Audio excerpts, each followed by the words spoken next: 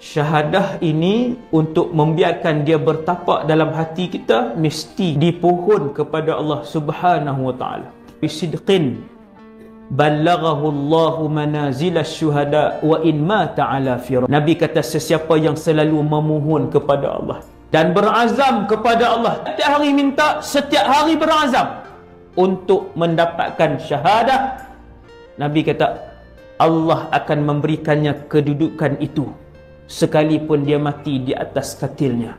Tuhan bagi dia mudah. Dengar nak mati syahid, dengar nak berjihad, hatinya mudah.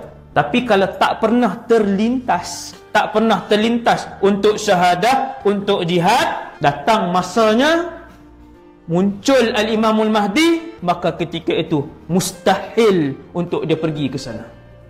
Mustahil. Dia memang takkan terlintas pun untuk pergi.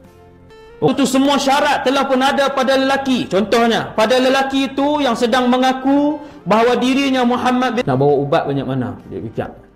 Nak tinggalkan anak RM4. Kata dia, semoga kalian memperolehi syahadah. Saya doakan. Dah yang tu. Hantar mesej.